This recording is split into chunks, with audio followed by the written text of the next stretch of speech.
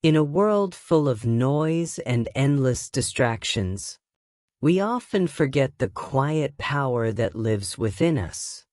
There is a key, a master key, that unlocks not just success, but clarity, purpose, and peace. It is not found in schools. It's not something you're born with or handed.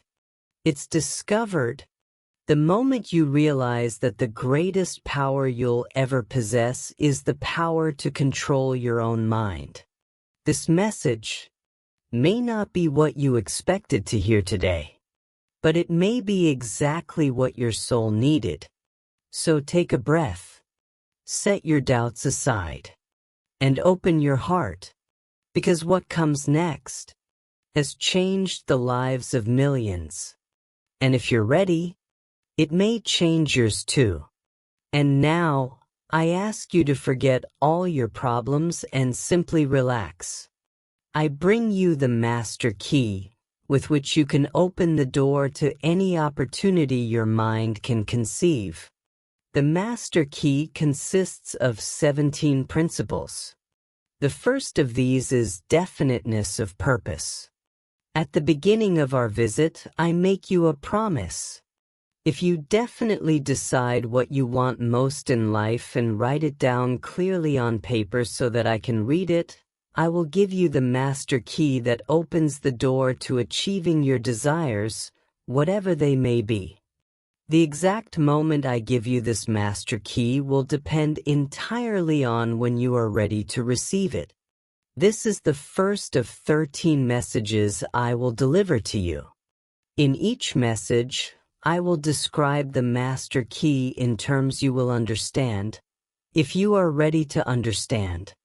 Now, I give you the first insight into the nature of the great master key, which has been responsible for all great achievements across every profession, in every part of the world.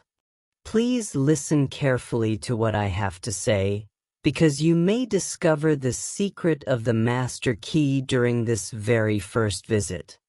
You may grasp your first key to the nature of the master key when I say that psychologists have discovered a natural law that is the foundation of all personal success. And I can express this law in a single sentence so you will never forget it. Whatever the mind can conceive and believe, the mind can achieve. This is a profound statement. You'll notice that it says nothing about the need for formal education. It simply affirms that what the mind can conceive and believe, it can achieve.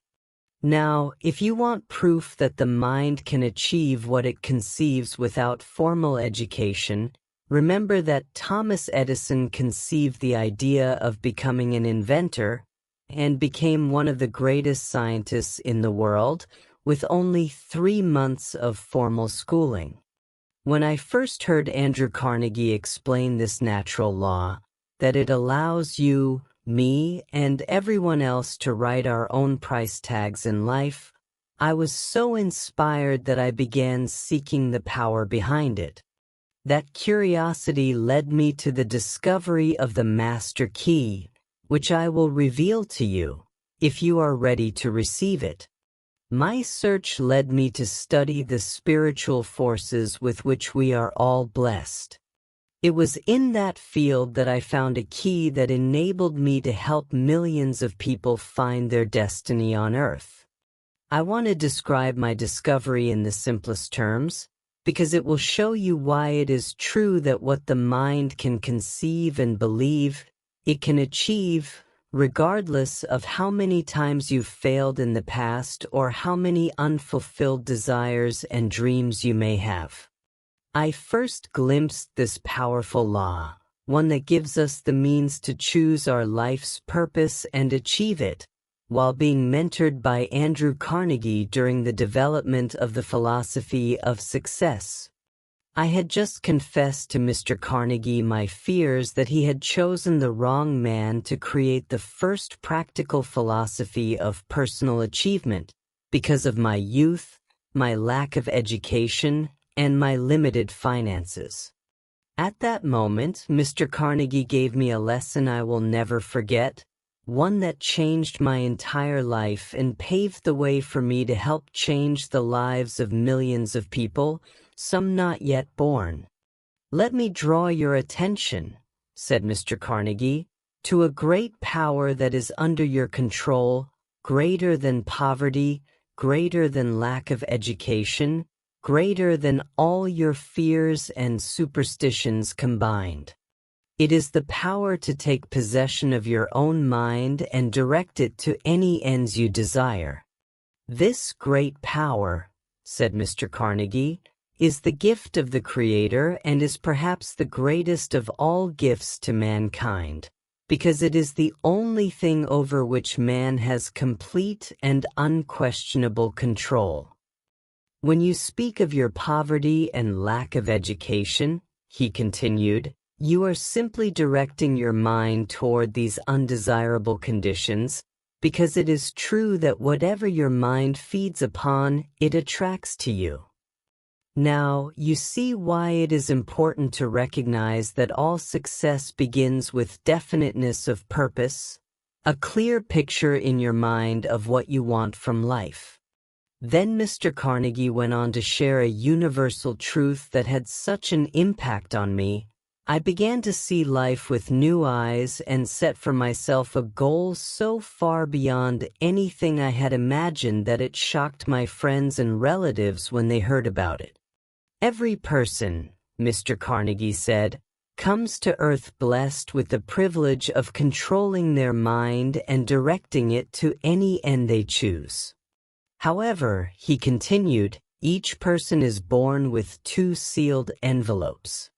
One is labeled riches, which you may enjoy if you take possession of your own mind and direct it to ends of your own choice.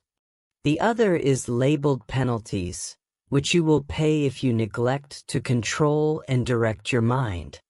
Let me reveal to you," Mr. Carnegie said, "the contents of these two envelopes. In the envelope labeled riches, you will find this list of blessings: some health, peace of mind, labor of love of your own choice, freedom from fear and worry, a positive mental attitude, material riches of your own choice and quantity.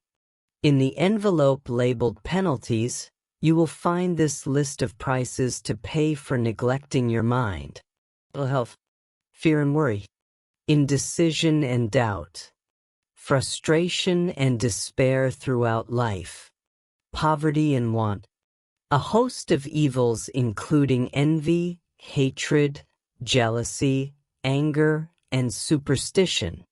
Now, my mission in life is to help you, and anyone who seeks my help, open and use the contents of the envelope labeled riches. This is the starting point if you wish to write your own ticket in life. Let me give you these simple instructions. Get yourself a notebook.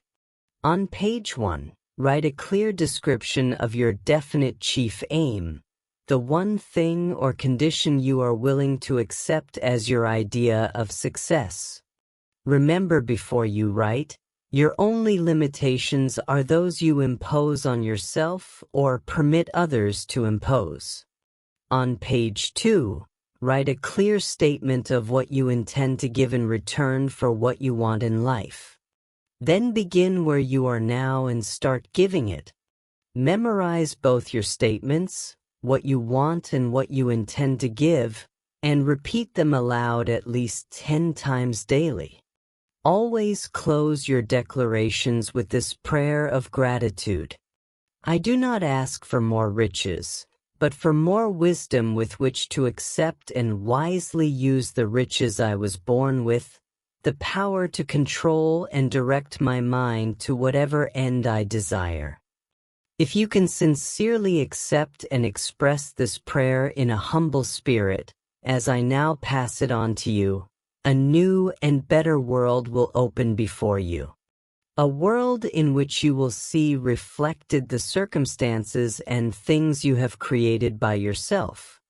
In my next visit, I will describe the second principle of success, through which you can use the education and experience of others to secure the help you may need to achieve your major life goal.